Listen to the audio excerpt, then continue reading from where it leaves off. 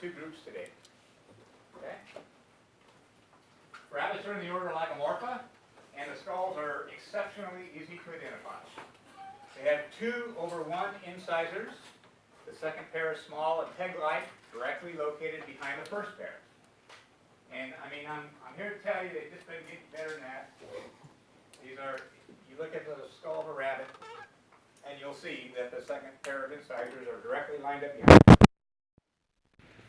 It's a lagomorph if you see that. Nothing else has that characteristic. Okay? Yeah.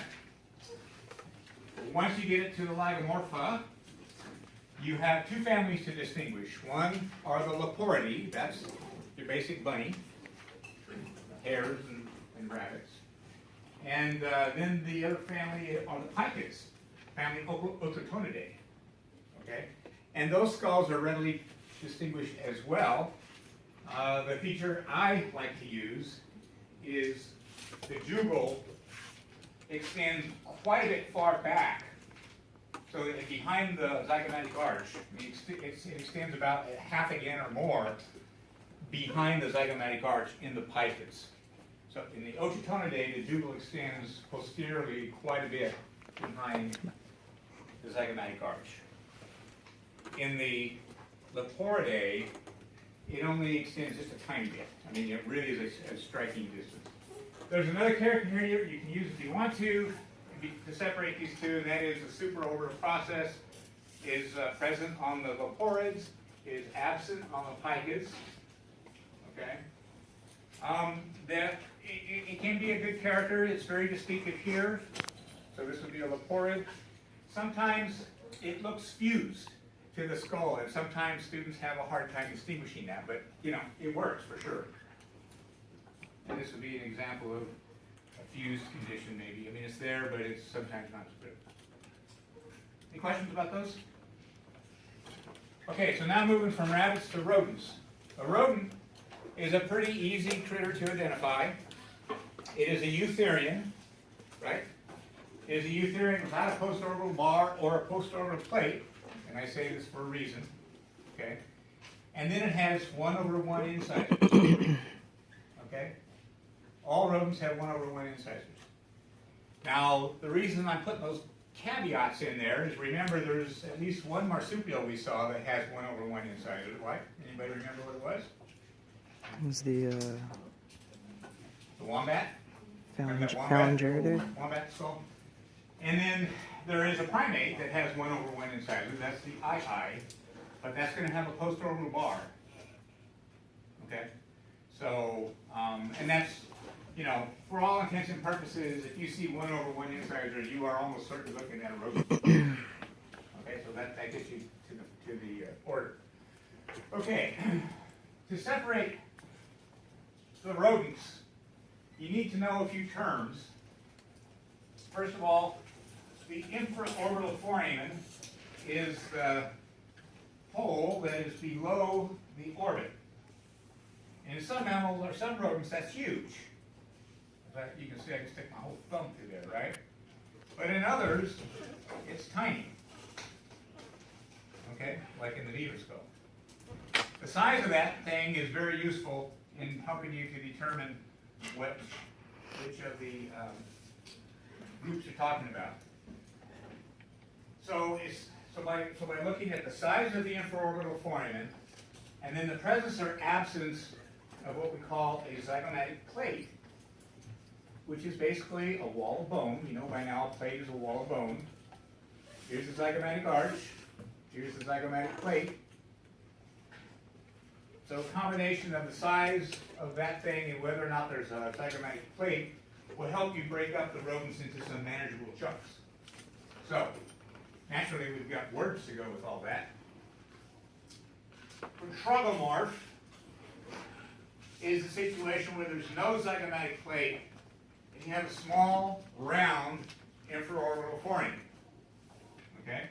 And we only have one example of that, so you see that, you're done. And that is in the mountain beaver. Okay? No zygomatic plate, you have a small, round infraorbital foramen. Okay? You also have, in this case, you have cheek teeth with a circular crown. There's also, some people call it a little nipple. It's on the lip side of the tooth, the labial side of the tooth. You can use that as an accessory characteristic. They also have flask-shaped auditory bulla. It's a pretty distinctive skull. Okay, so it's a protragomorph. Will get you there by itself, but that's the only character you need to have. Okay, then we have a series of rodents that have what's called the psiromorph condition. And in the psiromorph, there's a zygomatic plate, as I said, and this tiny little infraorbital foramen. Okay? You have 4 families there. The Castoridae are the beavers. And so it's a psiromorph. Now, when I say morph, when I use the term psiromorph, morph is referring to the skull, not to the jaw, because it's skull. So the beaver is a psiromorph that has a very distinctive basi-occipital depression. So there's a depression in the basi-occipital. I mean, it's very pronounced. You can't miss it. You can stick the head of your index finger in there. So when you see that in a rodent, you should be start thinking about beaver. Okay, very simple. The next family is the Sciuridae. That's the family of squirrels. It includes groundhogs and marmots. A big family, very diverse. And in this condition, you have it's a psiromorph that has a pronounced, large supraorbital process. Generally, it's pointy. Now, the bigger ones, it'll be not as pointy as in the small ones, but it's got a well-defined supraorbital, above the orbit process that's pointy. Pointed. Okay? And that'll take care of all those, yeah. Now the board says a pointy post-orbital process. Well, it's really a supraorbital process. We can have this discussion.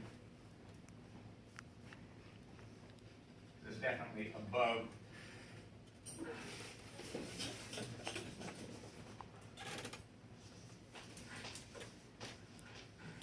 But that's trivial. I mean, you can see the thing, I don't care.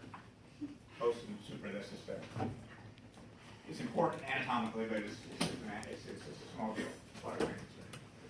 The geomyids are the pocket gophers.